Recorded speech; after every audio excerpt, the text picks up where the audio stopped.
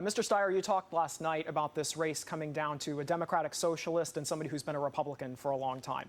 If that's the concern, is this the time for you and any other candidates to get out of this race and get behind someone who's an alternative to that? I am an alternative to that, Michael. I think that's what I'm trying to show in South Carolina and then in Super Tuesday, that actually I'm someone who can pull together the diverse coalition that is the Democratic Party, that I can appeal to black people and Latinos, to Asian Americans and Native Americans, as well as white people, and that as a progressive Democrat who wants to make dramatic change, but I'm not someone who wants the government to take over big parts of the economy like Bernie Sanders.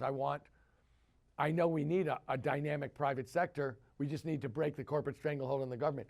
I am the person who can pull this party together as that progressive Democrat who appeals across the spectrum. If you don't win in South Carolina, will you stay in the race? Look, I think South Carolina is going to show exactly what I just said, that I can appeal across the spectrum, that it is someone like me who's a progressive Democrat with a history of taking on and beating corporations, which I've done for over a decade without ever losing, that it's someone like me who is absolutely committed to economic justice, racial justice, and climate justice, that it's someone like that who pulls together the Democratic Party that in fact can win. And that's what I'm going to show, both on Saturday and on Super Tuesday.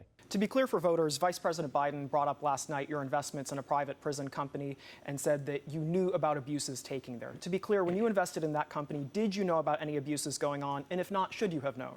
Look, I did not know about it when I made the investment. The argument for it was that they would do a better job of rehabilitation. I continued to monitor it. I decided it was a mistake. I divested from it 15 years ago.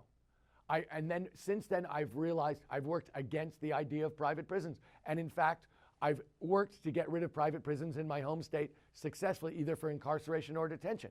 I thought it was ironic that the man, Joe Biden, who wrote the crime bill that incarcerated hundreds of thousands of young black men and Latinos, was talking about this. His bill included private prisons.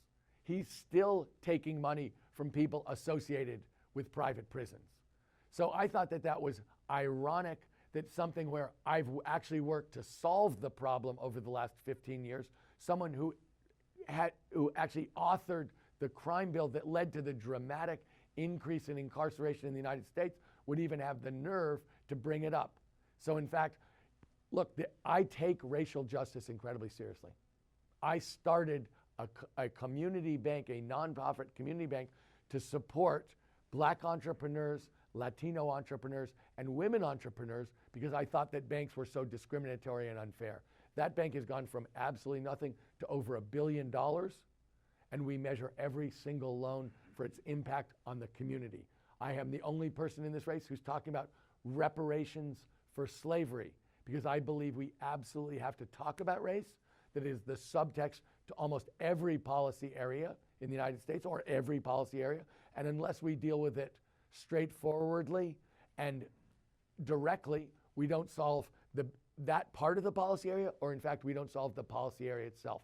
I'm someone who's actually committed for decades to racial justice. As far as reparations go, ultimately, how do you put a dollar amount on that? And is there any minimum amount you're committed to spending? What I've actually talked about doing, Michael, is starting a formal commission on race on the first day of my presidency, because I believe that out of the narrative of 400 plus years of African American experience in the United States, including systematic, legal discrimination, cruelty, and injustice, plus the gigantic African American contribution to this country in terms of building the country, but also the moral leadership that African Americans have provided for generations and centuries, that in fact, out of that narrative will come the solutions that we come to together. I think it's inappropriate for me, particularly as a white person, to dictate exactly how this is done.